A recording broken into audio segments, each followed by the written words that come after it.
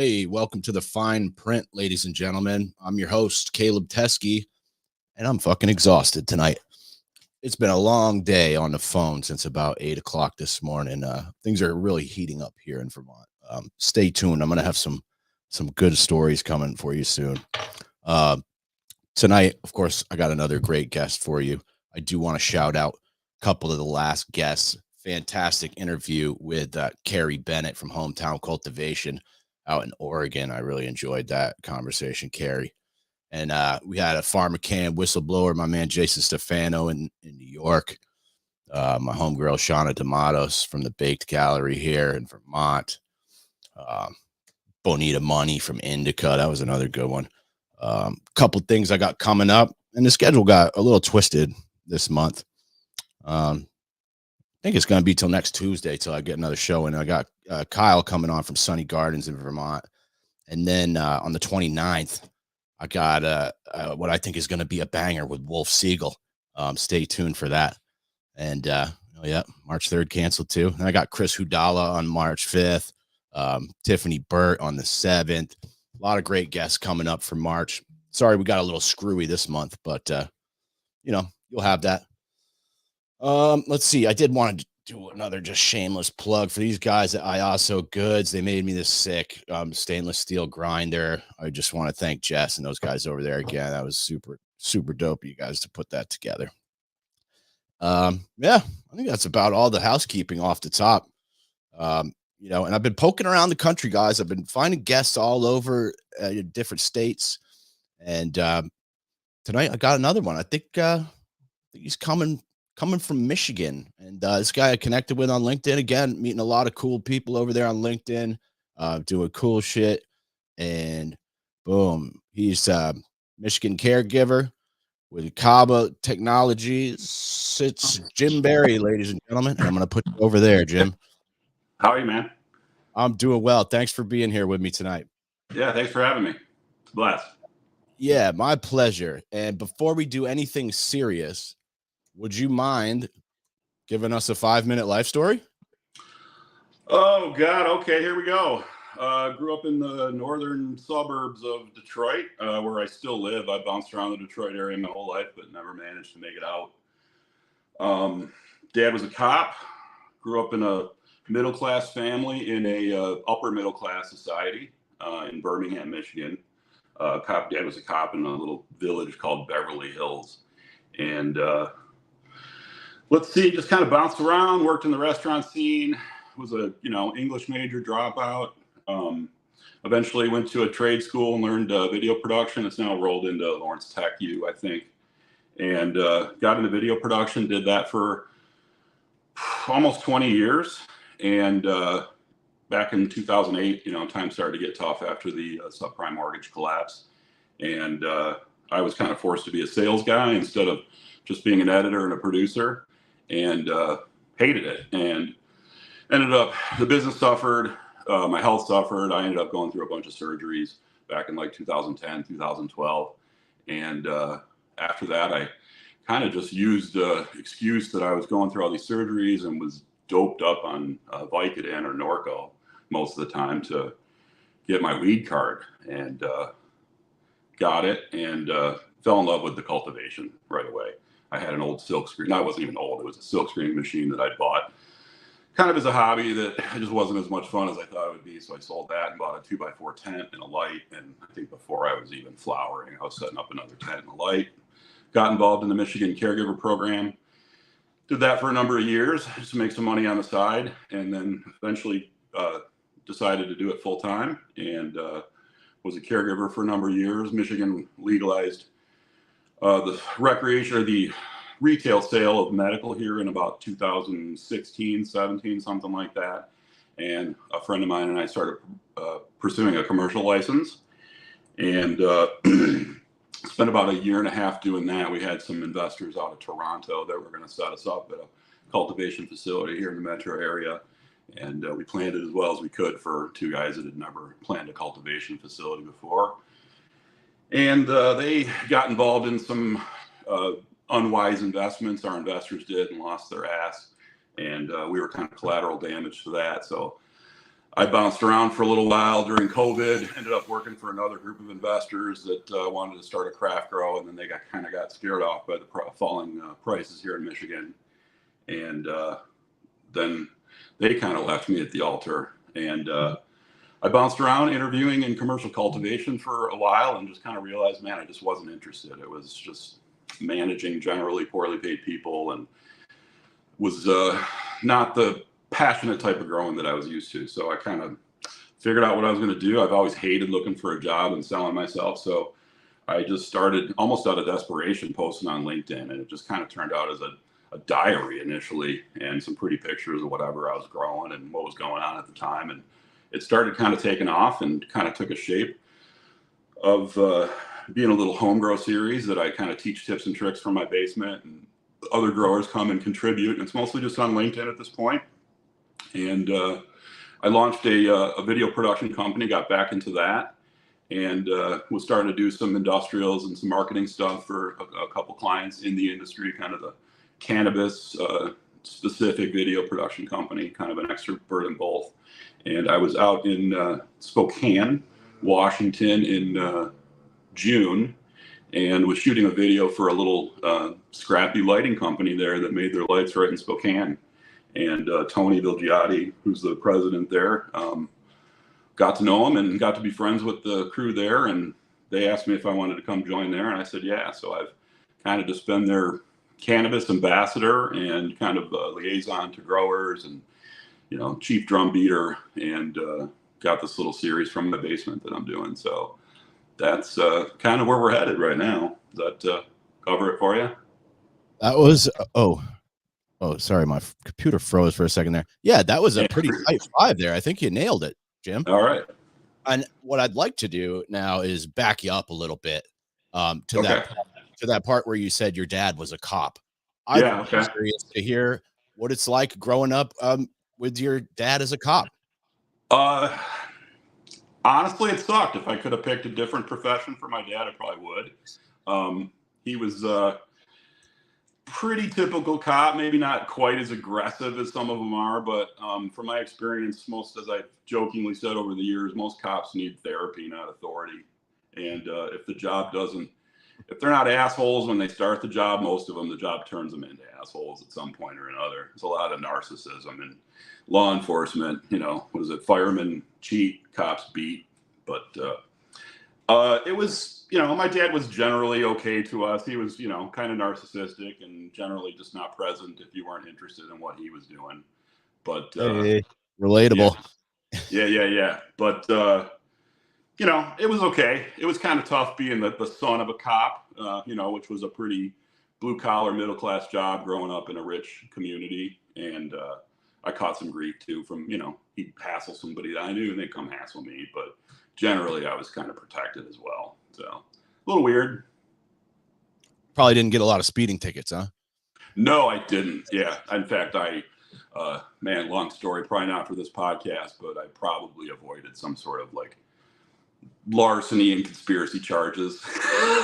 At one point, I got involved in a jewelry heist with a friend of mine. He was trying to get some money, get his inheritance out of his mom or something. And hey, he's my best friend, man. We'll do it. And we got a little caper going when we were 16. So we got yelled at a lot, but could have gone to jail easily. We'll do another separate Ocean's 11. Yeah, right. Yeah. Cool. And something else I wanted to just touch on before I forget it. I know we talked about this on the phone, and this is something I've been working on, is cutting down on the smoking and the drinking. Yeah. How's that going for you, man? For me, great. You know, I used to drink pretty regularly and smoke about a pack of cigarettes a day. And when I went through all the health issues that I had, it was determined that I had a condition called avascular necrosis, which was basically the head of my femurs were not getting enough blood supply, and my hips were just, you know, corroding, going bone on bone. And it was attributed to drinking and smoking, scuba diving, actually, which is something I did and still want to do. But it was a circulatory issue. And after the surgeries, I was just doped up. And one day kind of woke up and was like, man, I haven't had a cigarette in a month. And just kind of went with it. And it wasn't like I quit cold turkey, even with the alcohol either. I still drink once in a while and kind of forget how miserable it makes me feel, maybe a few times a year, but don't smoke anymore. It was kind of a, every time I'd start drinking, I'd see somebody smoking a cigarette. Oh, yeah, give me one of those, I was that guy. So I did that for a number of years, and finally just was in a bar one night and bummed an American Spirit off somebody, and it made me sick. I was like, I gotta go home. And that was the end of it. So, man, I just use a lot of cannabis. I don't smoke it that much anymore. Not that I'm opposed to it, but I put a lot of smoke in my body over the years. I just thought I'd give it a break and got tapped into it like a dry flower vaporizer. And I pretty much use that most of the time. So that's my big vice. Wow. You savage. Oh, cool. So where do I start this? We bounced around a little on the phone. I guess we should, you mentioned you started growing maybe back in 2008. Maybe we could just dive in there and we'll start hitting some of those details, and we could I'm going to build for the medical program. Okay. Yeah. I was, got in as a patient, signed up and went and saw, Dr. Feelgood. None of the doctors at the time, and still a lot of them, they won't sign off on licenses, I think, for their insurance and answering to higher ups. Not that they can't, but anyway, went and saw a local doctor and got a medical card. And Michigan has a 12 plant per patient. Pretty aggressive caregiver program actually here in Michigan, as far as I understand. It still stands pretty much the way it was. So each patient could have 12 plants, and I started growing, and then, like I said, fell in love with it, and didn't know what I was doing, but I was, kind of racing home from my failing business every day from the studio to see what was going on in the grow tent. And and just fell in love with it, and had some mediocre crops early on that I thought were just the most amazing thing in the world, maybe even less than mediocre, but I grew them, damn it, and they were amazing. So I remember my first trim and going up to the gas station for snacks and not realizing I had leaves all over my shirt, and the guy's laughing at me, at the register. It's like, oh, hey man, can I get some sugar? So just kind of grew as a hobby for the first couple of years, and decided, hey, I'm just going to do this. And I filled out my caregiver licenses and started growing here quite a bit. As I was growing, at my peak, had 10 lights over a couple of rooms, and was just contributing to the caregiver market. There was a long period between the time that they said medical was okay and that there was enough product from licensed facilities that were in the pipeline. So they were allowing caregivers to supply into the dispensaries for quite a while. And man, those were the couple of golden years where prices were high and my product was good. So I was getting top dollar for it. And, but that all changed eventually. So, I just kind of decided a couple of years ago that I wasn't going to participate in the race to the bottom. And that's what I saw going on in a lot of these cultivation facilities. Even the guys that were craft or gals were getting pulled down, so even their beautiful pounds, or even though they might've been at the top of the food chain, we're still getting, $1,100, $1,200, $1,300 for them. So I just decided at some point that I wanted to pursue excellence and go back to that passion and not feel the stress of it. So kind of scaled in and retooled and kind of adapted. And now I just geek out, man. I spend every cycle experiment with this and experiment with that, showing stuff off and trying out new products and just having a blast. And I believe you said on the phone that you said 12 plants, but maybe that you could also stack licenses. Yeah. Okay. So if you're a patient, you can have 12 plants. If you don't want to grow them yourself, you can assign those plants to a caregiver. And Michigan it's up to 5 caregivers you could have. Somebody could have up to 5 caregiver licenses, and then potentially have a patient card themselves. So you could stack up to 72 plants at the time. And I think recreational added another 12. So that even kind of changed the dynamic a little bit. But I just don't run that high plant counts anymore. I keep a couple of licenses around to run when I'm running higher plant counts, but it's mostly for edutainment and networking and just having fun at this point. I give a lot of my flower away. So. And now as a patient, I'm curious, were you allowed to have more than one caregiver? No, you could assign one caregiver. So if you assigned a caregiver, you would either designate them as the caretaker for the plants inside of your home, or you would designate them as the caregiver elsewhere. And typically, they would patients would get caregivers to sign elsewhere, and then I would just essentially have their 12 plants at my house, and they weren't allowed. And I had a license that had my caregiver information and their patient information on the back, and they had a mirrored card of that was patient on the front and caregiver on the back.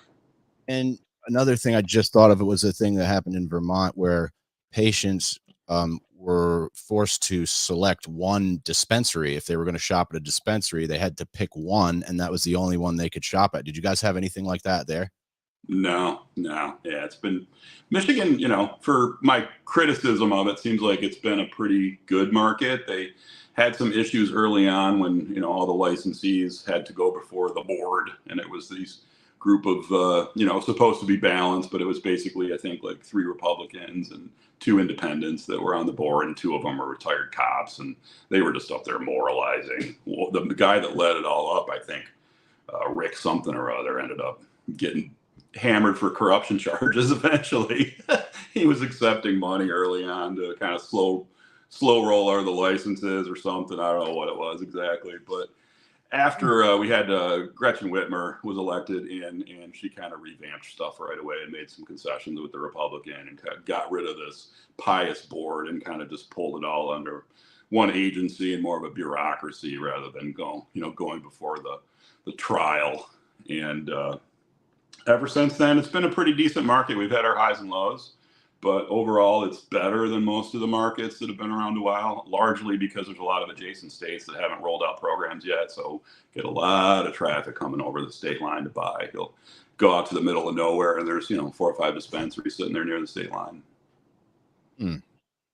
Yeah, Michigan did come out booming, and Maine is right next to us. And for me, when I'm looking around the country, it seemed like, at least at first glance, the 2 best programs were Maine and Michigan. Okay. I know Michigan was, by some metric, maybe it was just raw sales, was the biggest legal market in the country. 30 billion. And the thing you said that caught my attention that I meant to go back to is how they allowed caregivers to sell their flower into these dispensaries. And this was in between, like, when they were rolling out medical?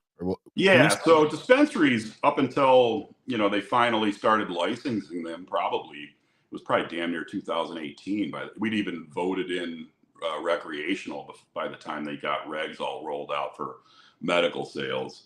But to that point, dispensaries weren't legal. There were a number that were open in communities that were tolerant of them, and obviously the state was tolerating them. But there were dispensaries in Ann Arbor, in Detroit, in Lansing, Flint, probably a couple other communities I wasn't aware of. But as caregivers, we would sell overages into these dispensaries even before it was legalized in 2016. And then when they legalized the sale of it in 16, they had all these dispensaries that were open, and this pious board wanted to close all of them for not, playing by the rules and not being properly licensed. But every time they would butt heads with the patient access argument, and they lost every time. So these dispensaries were allowed to stay open and eventually transition into being licensed. But so they had customers, by the time they rolled out cannabis at a retail level in Michigan, I think there were something like 250,000 registered patients. So there was definitely a market. But it takes a while to set up a cultivation facility. It can take a year and a half, maybe longer, to get a facility, get it built out and approved, to get a crop through it and ready for sale. So they had patient demand, but they had no product. So they just decided to let caregivers feed into the legal market. And for a while, for quite some time, we were allowed to sell directly to the dispensaries with actually minimal regulations. And then eventually they wanted all flower to go to a licensed grower or processor, and then they could have it tested and log it into the metric system and go from there. And I don't know if there's still provisions of that in the medical system or not, but basically at some point, after the pandemic started, they determined that there was enough flower within the market from licensed facilities, so they, cut all the caregivers off and flooded the black market overnight. Oh, and So I just had a phone call with another guy, a grower out in Michigan today. His name's Nathan Russell.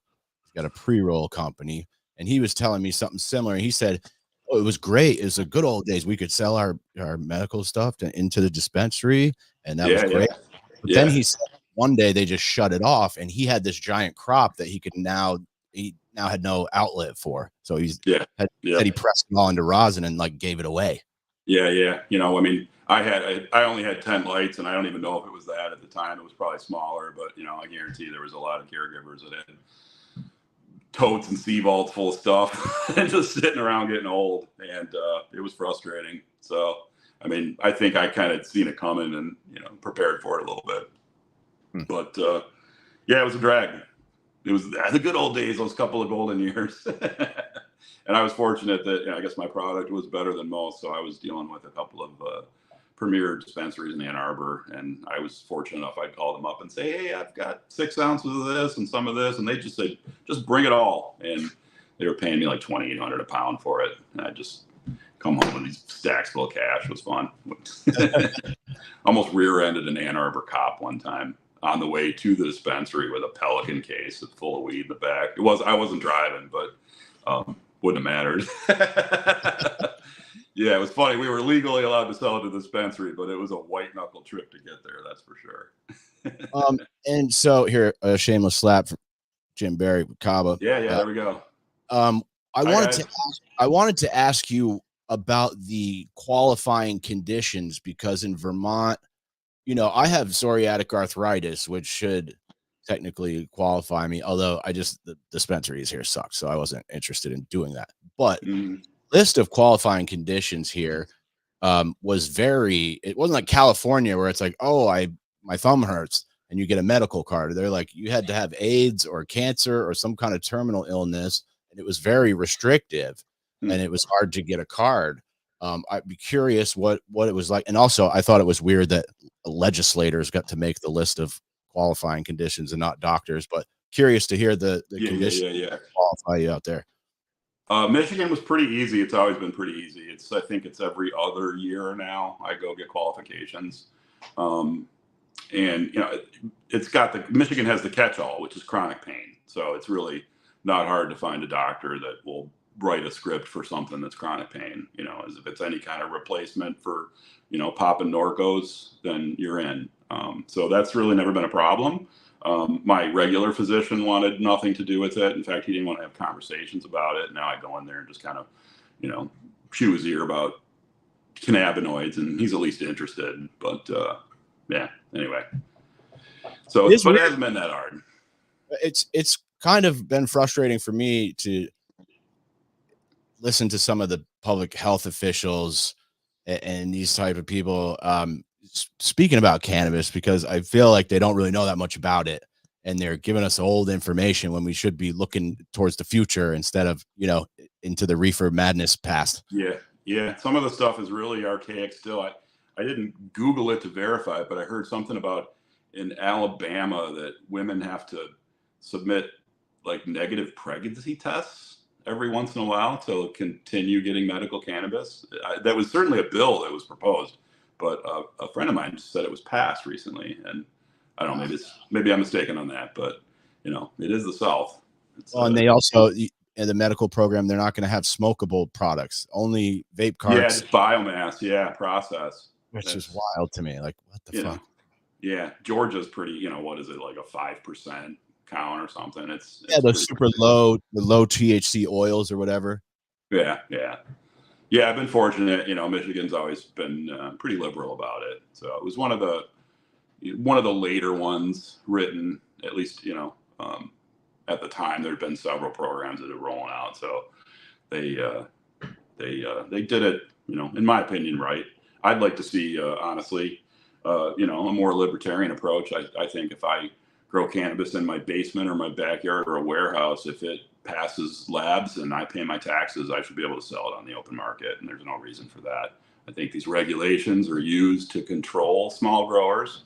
In fact, I think that's something that happened a lot in Michigan and other states, whether it was just a facto or there was intentional zoning issues. You know, if I'm a small grower like me that wants to set up 1,000 square foot grow, it's hard enough to do that and come up with the money to get it all specced out the way it's supposed to be. But when they force all of the cultivation into these industrial zones where there's only 40, 50, 80,000 square foot spaces, you know, the guys with the IP have no choice but to, you know, accept these shitty deals from investors that roll in and, you know, think the money's everything. And unfortunately, it is in most cases. Well, and especially when it comes to finding real estate, it seems like that's a big one.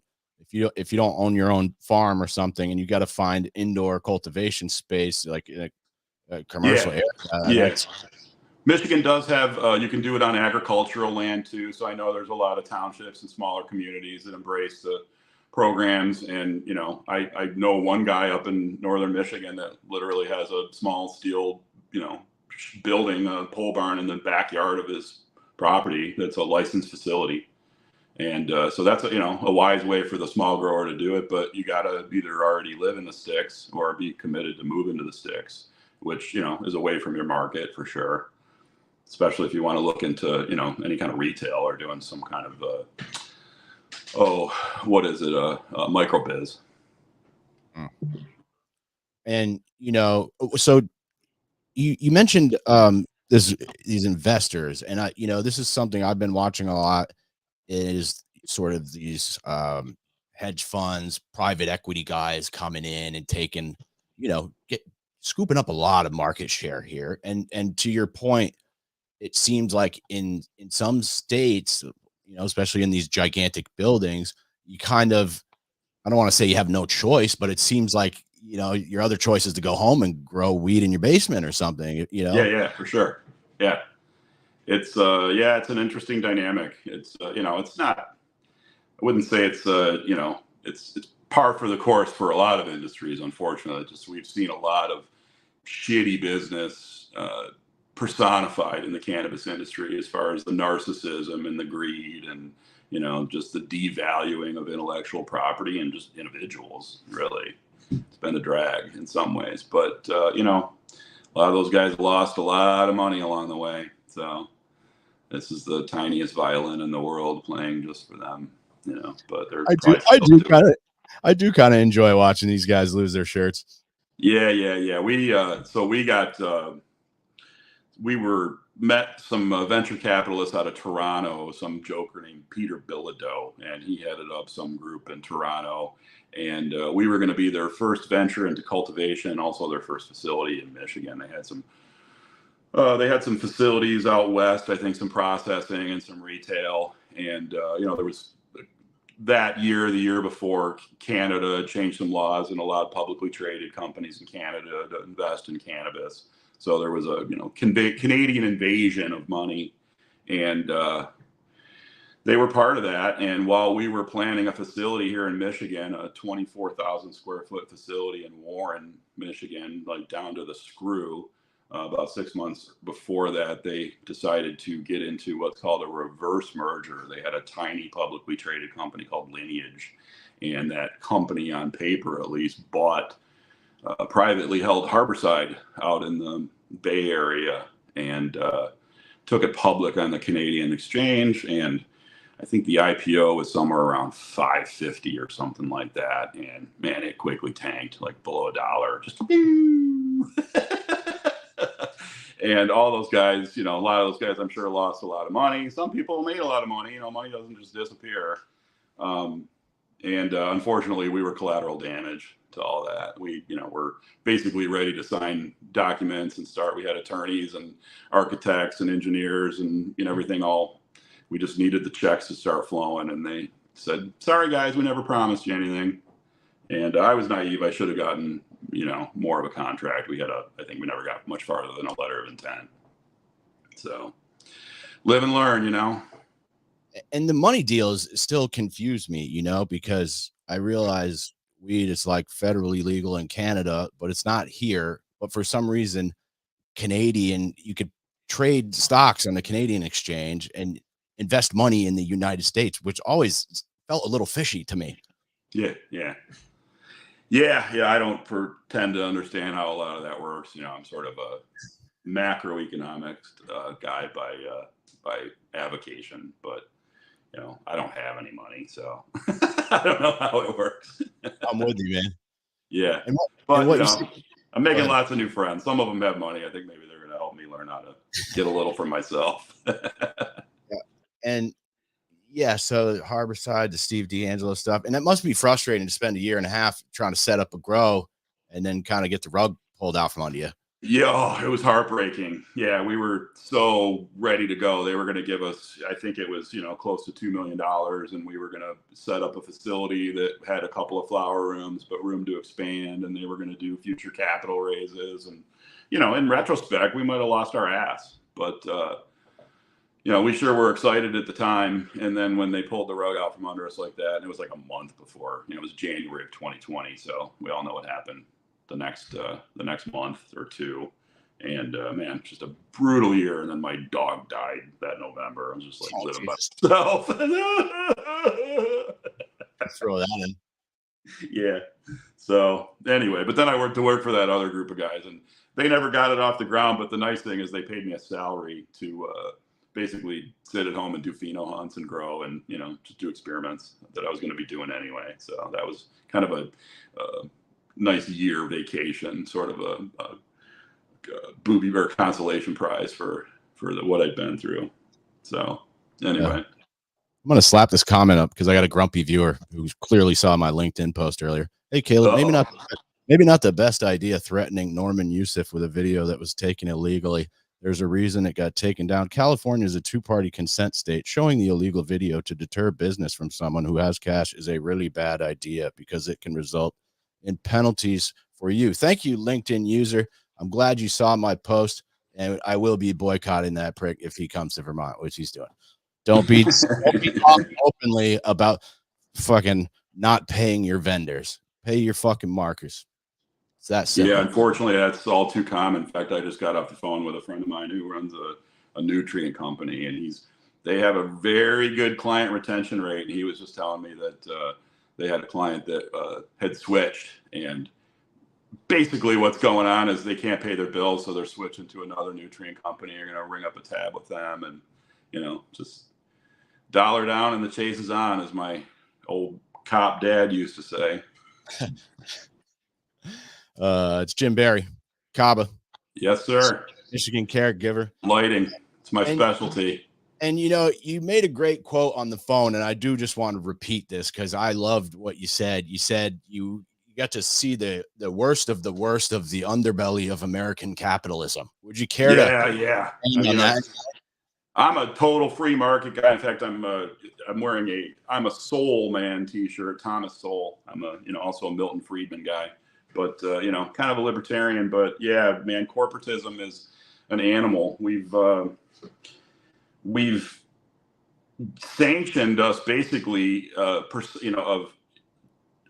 the term I'm looking for? We basically created these entities that are living, breathing things that are sanctioned as sociopaths. That the term business, it's just business. To me, that's always just gotten under my skin, and we glorify it. It's the relationships aren't a part of it. The human factor's kind of fallen out of it, and we're all just sort of slaves to this thing. It's a drag. And, they manipulate stuff. Big companies use their power to manipulate regulations on a state and federal level to keep guys like me out. It happens all the time. Do you guys have a lot of these big corporations out there? You got the True Leaves and the Cure Leaves and all of that type of shit? Yeah, I couldn't tell you exactly who's out there. I know a couple of the MSOs, and honestly, I run into a lot of decent people here in Michigan. Because I get out to a lot of facilities doing photography and stuff like that, video production. And most everybody's pretty cool, but there's definitely a big contingency of MSOs here. It's a big market here. It'll be interesting to see what happens when, Ohio and Illinois and Wisconsin and Minnesota start to roll out programs and they start to mature a little bit. The market here could get pretty sketchy for a while, because it's just these guys just lack self-awareness. It's every state, let's just build too much canopy till we're selling pounds for, hundreds of dollars. So it's a drag. Yeah, and it does seem like, at least from the states I've looked at, that a lot of these companies are just um, owned and operated by people that just don't really care about cannabis and don't really know about it, and they don't have the experience to pull this off. Yeah, yeah. There were some guys, that story I heard about some guys down in Mississippi that invested a buttload down there. And I can't remember who was saying it, and I wouldn't mention names if I did, but they were talking to the guy that launched it, and he basically asked him, so why didn't you just stay in your lane? Because they're losing their ass down there. They launched this giant facility, and then they got competition as well, and they got a state of a couple million people and a oppressive medical registration program. And I had a buddy left a facility in Mississippi months ago because things were starting to get dodgy, and he said at the time he had enough flour in his vault to supply the whole state for like 9 months or something ridiculous. And that was just his one facility that was operating at like 10% capacity. They had this like $40 million facility all built out, and they were using a corner of it. Damn. Just a lot of egos. Yeah, and it's amazing that some of the facilities I've seen, these beautiful multi-million-dollar facilities, with people with no experience, and then I've seen guys that just got like a little farm in their backyard who are just crushing it on a very shoestring budget. Yeah. Doing soils and maybe mixing it a little first. It's funny. I go to some of these facilities, and they all have some degree of biosecurity. Usually involves getting in some sort of Tyvek suit and covering your shoes and gloves and beard nets and masks and the whole nine. There was a place I went to in Canada recently where they had all of that. And we also, every time we entered a new section of the building, which was the whole facility was biosecure, but we had to change all of our PPE. But I go to all these facilities, and they're so into the biosecurity, they all have mildew somewhere. And then I'll walk into these facilities where it's just, dudes in t-shirts and the floors are filthy and hoses running across the floor. And you'd think, holy fuck, this place is a mess. But, they're flowers of the bomb, and they don't have disease.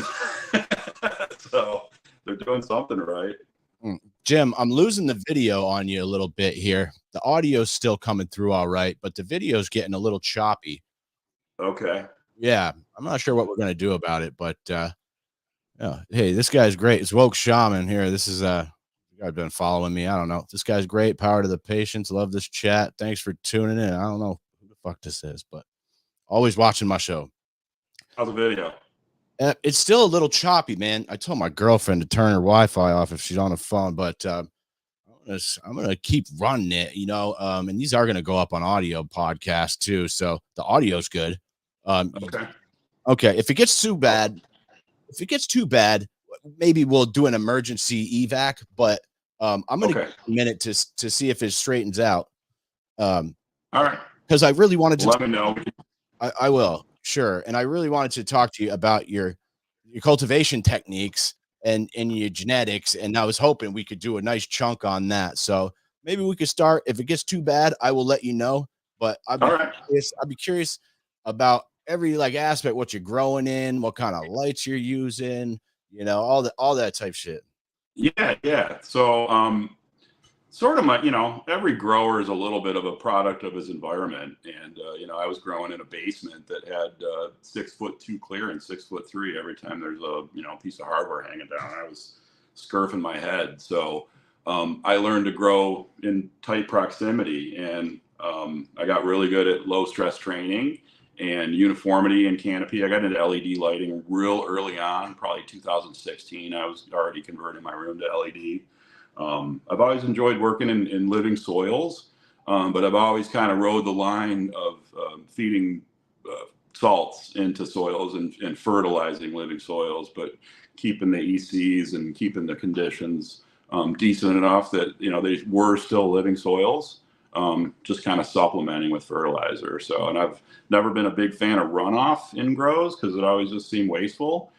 Plus, you're working in a basement that's 6'2" clearance, having water use gravity to get it down the drain is a pain in the ass. I was collecting it in trays and using drill pumps to pump it out and shit. So I kind of developed this style where I work in soils and just depending on the strain, I've got the fertilizer loads just dialed in so that I really don't produce runoff, unless I'm doing some kind of diagnostics on something.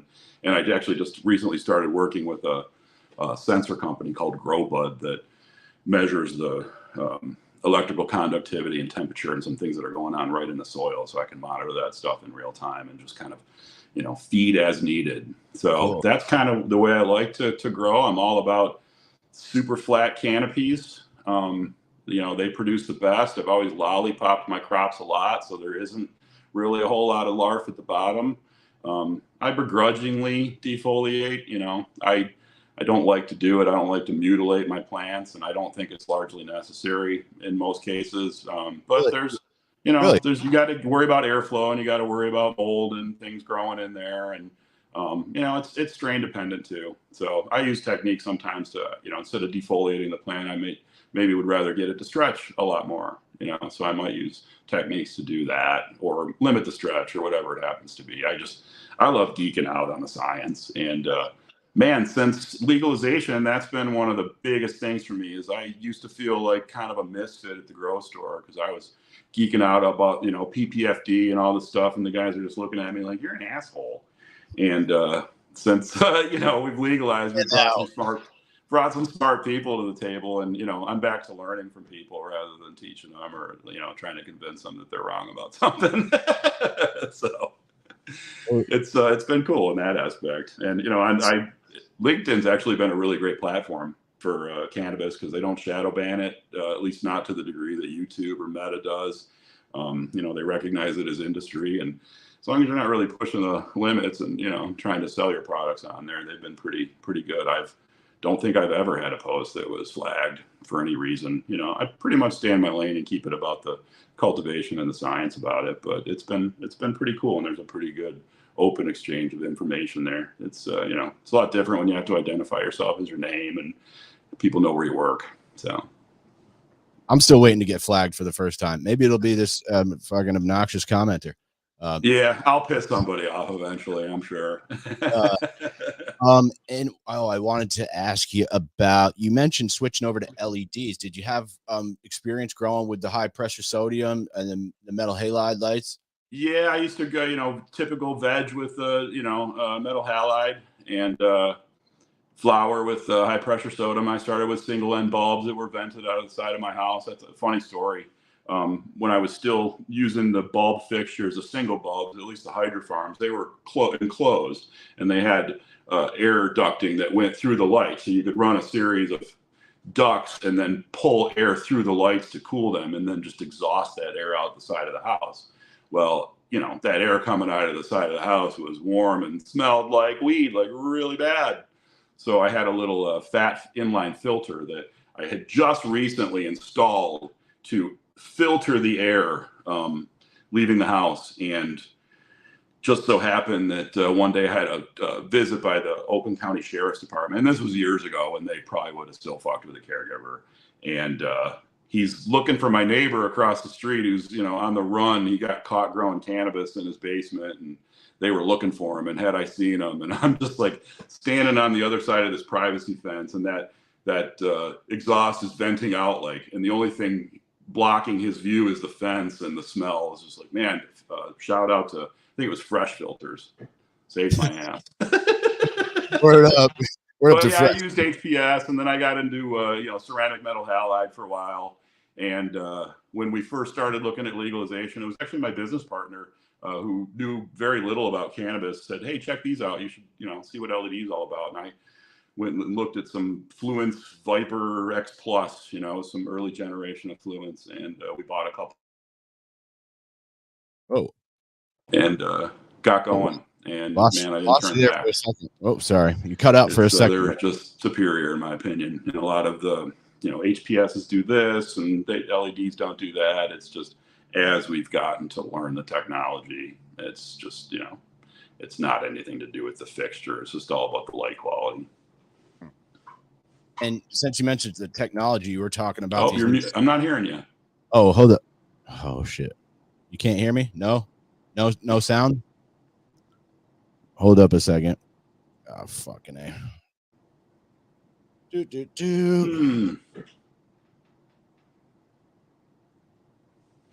Ooh, can you hear me? No sound, really?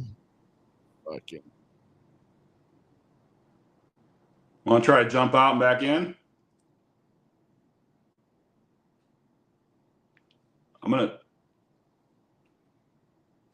How about this? Oh, how about that now? Can you hear me? Hold up. I can, yes.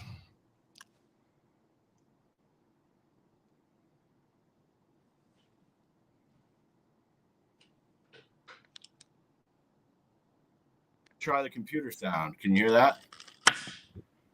Oh boy. Oh boy. 1 second. Audio. Hey.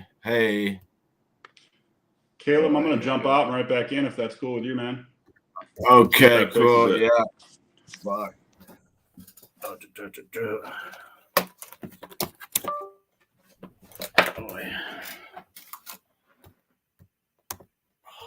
Audio. Hey, hello.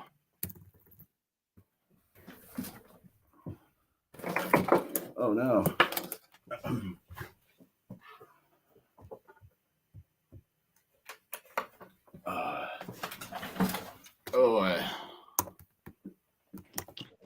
Oh man, 1 second. I think it's my end. I can hear you again. If you can hear me, I can hear you now. What? You can hear me? Yeah, we're good. Okay, cool. I'm gonna do it with the computer mic. Oh, now I can't hear you. Fucking A. Hold on. Boo. Hey, I heard you for a second there. Where'd it go?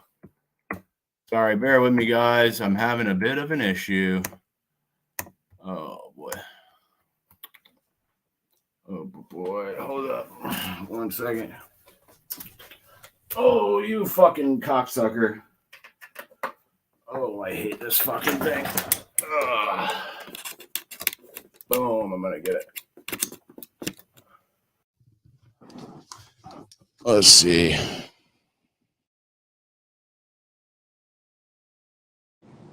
You're back. Oh, you were for a second. Now you're gone again. How about that? No. God damn it. Fuck. Can you hear me now? There we go. Wait. Unmute. Oh, God damn It almost yeah. I hope people are getting a kick out of this. Hey, is that back? Yeah, I think we're back. I thought there was like when I was talking, anyway, let's try. I'm not going to touch anything anymore. If it stops, if it stops working, I'm going to mute my mic and see if that helps. Okay, cool. Yeah, and this interface has been giving me a little bit of trouble, and I'm going to fucking yell at them because I just bought this thing. Hang on. I'm going to pull my notes back up on my phone here. I hope somebody out there got a kick out of this. Yeah, just watching me panic live on the air. Hello. So, I was just going to ask you about some of these new, these different like devices and technology. I see people using, you said, these different sensors, and there's all kinds of ways to measure different things. When 20, 30 years ago, this gear didn't exist, and now you can monitor all these different data points. And I'll be curious to see, in your opinion, how that's evolved. It's crazy to see. I guess, it's just like with AI, it's up to the user. It's up to empower the grower, So if you take a shitty grower and give them a bunch of tools, it's maybe not going to do much good for them. But you take somebody who knows what they're doing and give them some, new data points and something to work with, and it may help them quite a bit. Like, for instance, I just like I said, this sensor that sticks into the substrate and then measures real-time EC and temperature and some room conditions and stuff like that. It's allowed me to really just dial in my nutrient program so that I'm not washing nutrients down the drain. I'm not killing off beneficial fungus and bacteria in the soil. I'm not getting buildup of stuff and tanking my pH, and it's cool, to see. So I love it. A lot of it's, there's a lot of snake oil and a lot of things promised and technology that's just a waste of money. But it's, being a seasoned grower and kind of figuring out what's bullshit and what's of value. Yeah, and like I've seen some of these lights, some of these like Agnetics lights, they have like CO2 monitors and like heat recapture systems built into them it's just wild. Yeah, those are pretty cool. I don't know too much about them, but that's one brand I've kind of followed. I think they might be the one that does water cooled technology, which is right. news to me. Right. Yeah. We build our lights here in the United States, which is a bitch, man. It's hard to be competitive and build a product in the United States. Bar lights, it's impossible to build a bar light in the United States that's competitive because you can't extrude aluminum cheaply enough, and so you can't build them here. We pay people too much and give them health benefits and all sorts of things that they don't necessarily get in other parts of the world. So it's a pain. So we've kind of been standing on a platform of made in America, and we're even having to kind of pull on our horns a little bit and say, well, maybe some of it's going to be made in America or most of it or assembled here. But it's a shame to see that. I think that'll change, over the next 10 years or so. But yeah, it's crazy to see. I don't know, kind of lost my train of thought there. That's okay. Do you want to hit on CABA for a minute? This is a light company. Yeah, it's CABA, Spokane, Washington. LEDs made right here in the United States. They actually sit on, from what I understand, the original patents for mixing white light, for mixing warm and cool light to create spectrums that basically all of the technology that rolled out over, the next years were all based on. So it's, if they were a bigger company, they'd probably be in court most of the time, but it's just, I think, not worth the expense and hassle of trying to chase down some of these bigger companies. I won't name any of them, but so they've got a lot of IP, and they were an ODM or ODM. They've been designing and building fixtures for 10 years, basically, but they were putting other people's labels on them and just, white labeling fixtures. And they, went through some ownership changes, and now they want to roll out a brand. And they've been making lights for a very long time. And, a lot of these facilities have used their lights, whether it was a Next light or something like that, and just didn't know it. And now they're trying to roll out a brand in like the worst time for lighting. Not only has it been like completely commoditized, and like they're one of the few that are struggling to try to do it in the United States. Everybody's either assembling in Vietnam or China or Mexico. And so they're making a go of it. But it's a cool little company, and they got a lot of intellectual property, and they got the ability to customize and work with clients and be more of a lighting partner if that's what somebody's looking for, because they are electrical engineers and designers, and that sort of lean operation lives right inside of a facility that has all the manufacturing and all of the prototyping, has all the mechanical engineer and design. So a client can walk in with a cocktail napkin and 2 weeks later be walking out with a fixture that's DLC approved, and bam, good to go. Try getting that out of China. So it's funny. White labeling lights. I've never heard of that. Okay. Yeah. There's a white label market for everything. Yeah. Start white labeling weed, I guess. Well, there probably is that going on. So I got like 3 more good ones loaded up here for you. Yeah.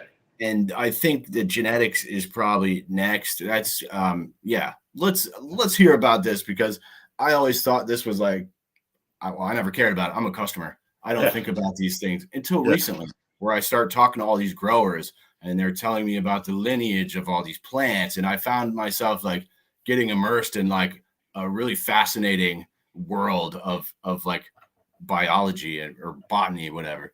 Yeah, the genetics have come a long way. When I first started growing, back 2008, 2010, it was difficult to get reliable seeds out of California and the West Coast. I was getting all my seeds really up until, maybe 16, 17 from Holland. I was buying Dutch seeds, and they were, being shipped over to England and then sent to me in like Bobby Darin CDs and like little UK sock, cute little footies and stuff. It was great. And still have some of those beans, try popping them. But, it's come a long way, and there's a lot of breeders out there that call themselves breeders. They mix something together and put it out as a strain. But, breeders should really be putting their cuts through the tests and make sure they don't harm and make sure they hold up and, perform the way that they should before they release them. So right now I'm running a Cap Junkie. It was a collaboration between Sea Junkie, Jay Beasy, I think, and Capulator back a couple years ago. And from what I understand, they bred alien cookies and Kush mints together, which they were the proud papa and mama of those. And one of them or both of them did a pheno hunt and picked out a cut that they thought was it. And Capulator was selling them on his bean basement for I think like $1,000, and a buddy of mine bought one, and it showed up in the mail, and he was like afraid of it. He knew I was kind of a better grower than him, so he like brought it over to me and was like, "Will you take care of this?" I'm like, "Yeah, but it's mine now too." And The pressure. so I haven't really spread it around much out of respect to Capulator. I don't know about JBZ, but anyway, yeah, the genetics, I've always said they do most of the work as growers. We just, the better we get, we just learn things not to do.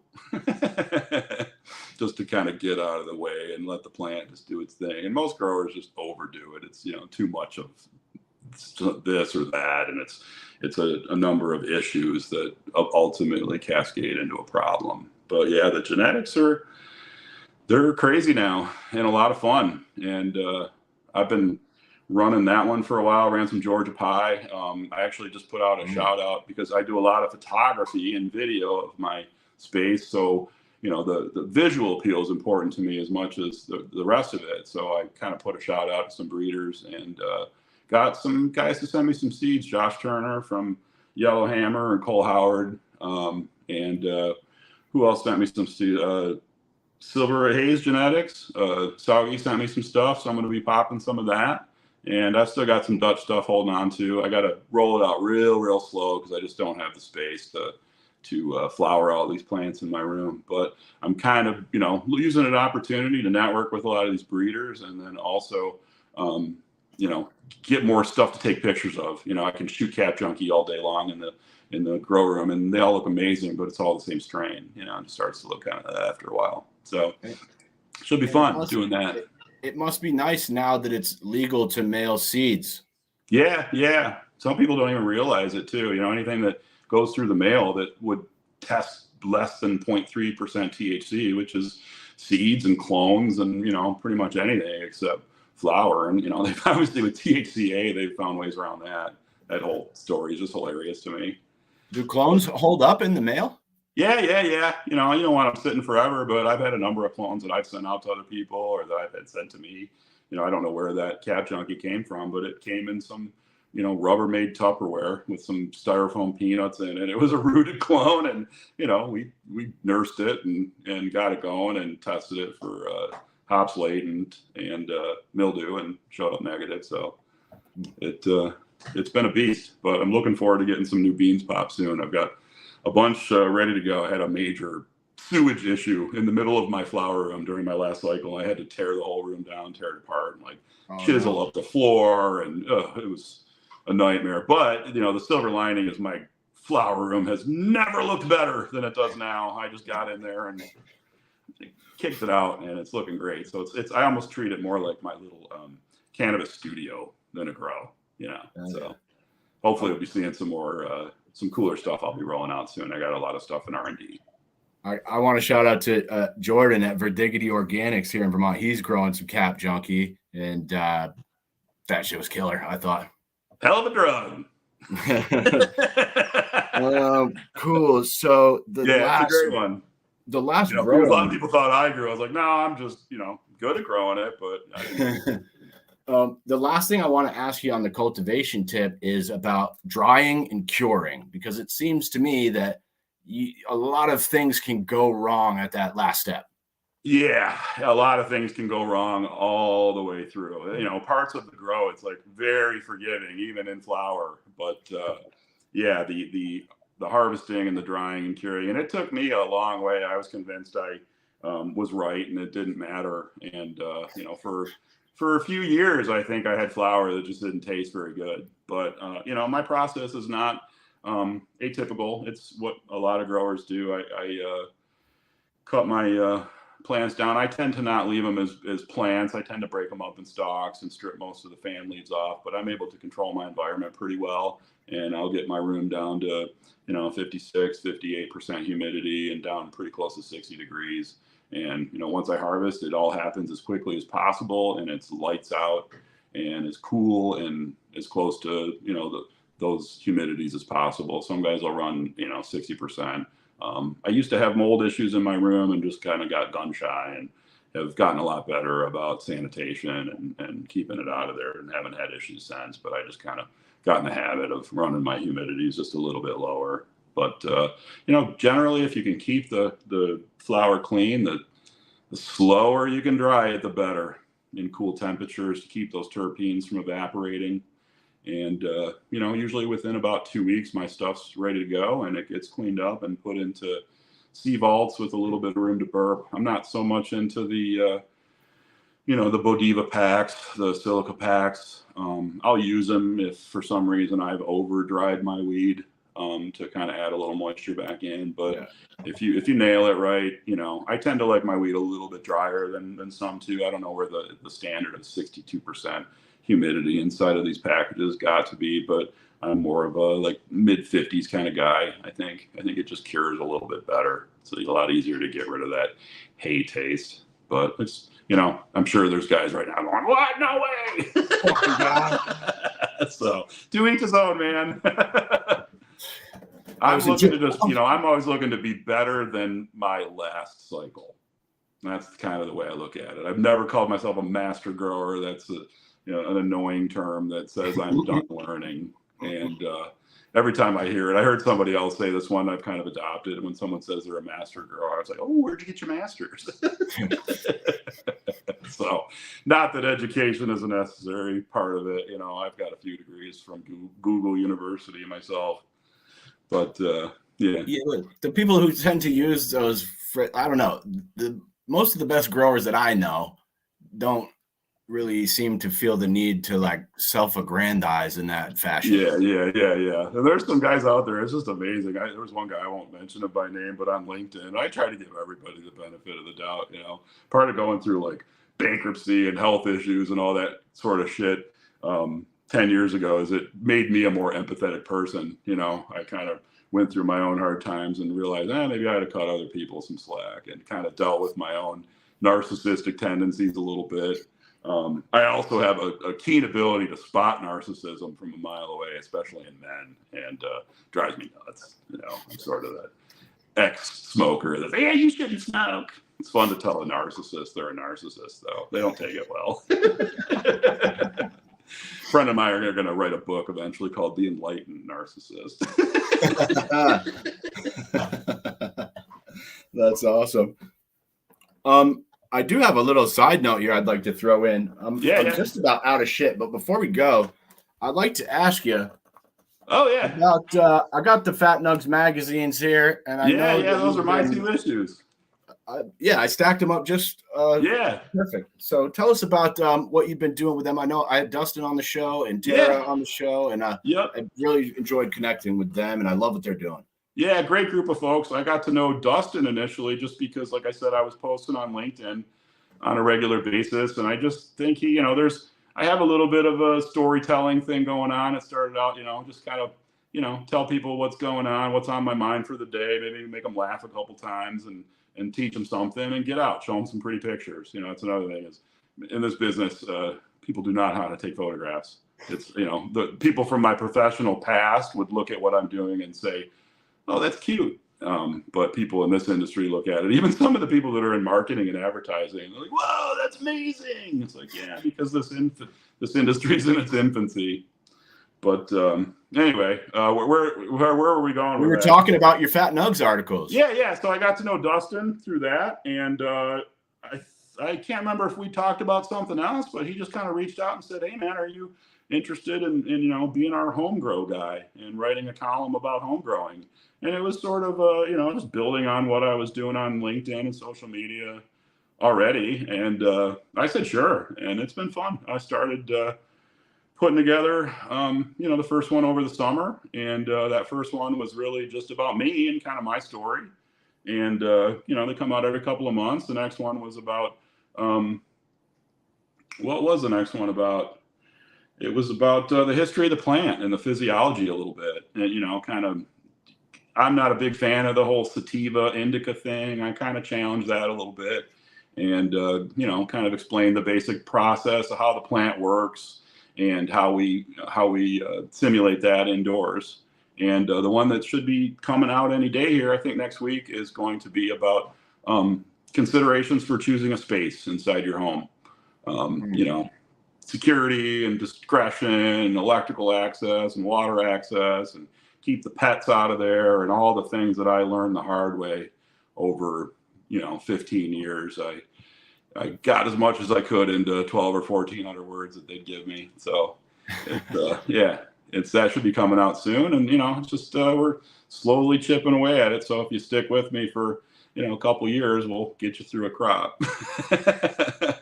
But, next we'll be talking about equipment. And if I can, then I'll start talking about genetics a little bit and where to get them. So awesome. It's fun. I'm having a blast, and it's a good group of people to work with. I've gotten to know them online a fair amount, and then was just out at MJ BizCon in November, and got to connect with Dustin and Tara and Casey and Daniel and all the people there at their golden paddle ball, and get to meet them a little bit and hang out. And it's nice to, to me, you're not really a friend until I've shaken your hand, given you a hug, seen you in person. So it's been really great to connect with a lot of these people that I'm starting to call friends. I got friends all over the world now. So it's pretty cool. I agree. And I was against LinkedIn until I went to MJ BizCon. And the only reason I started an account was because when I applied to get the free press pass, there was a spot on the application where it says, "What's your LinkedIn account?" And I was like, I don't know if I can have one of those, but I do want to save $600. So I whipped one up real quick. And then I just really didn't think about it. But I met a woman out there in the press room, and she said, "Just try it. Trust me." And so I started trying it, meeting all kinds of great people around the country, in Europe, Canada, Mexico. It's really, I feel bad now that I didn't do it before. Yeah, I tried it just out of frustration with Meta, because I'd post something that was beautiful and I'd get, very little response to it. Post after post after post. I was on there for years and had maybe, 250 followers. And, I started taking this seriously on LinkedIn maybe a year and a half ago, and, somewhere in the 3,000s right now. So, yeah. Maybe you could take a picture of me sometime, and we could get into 3,000. Damn. Yeah, we'll do that. You help me out on Instagram. I'm a nobody.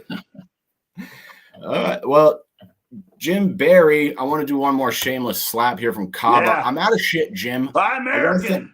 I'm going to bring you back up. I want to thank you for being here. It's been a pleasure speaking with you. Sorry for the little technical hiccups, but we got through it. Yeah, we rolled through it. And I always leave a little space at the end of the show. If we missed anything that you think is super important, any shameless plugs, any shout outs, now is the time. Jim Barry, thanks again, man. Man, shameless plugs. No, give CABA a consideration. Give us a call if you're considering a lighting project. The other thing I will say is David Ellerstein is the most soluble guy in cannabis. He'll know what that means. That's all I got. I got nothing. I got no preaching to do. I've done it all. Unless you want to talk, China and geopolitical stuff. That's next, along with the Ocean's 11 episode. I'm going to sign it off. And all right, cool, brother. Good talking to you. Jim Barry, CABA. I'm your host, Caleb Teskey. Remember, the devil's in the details, and the details are in the fine print.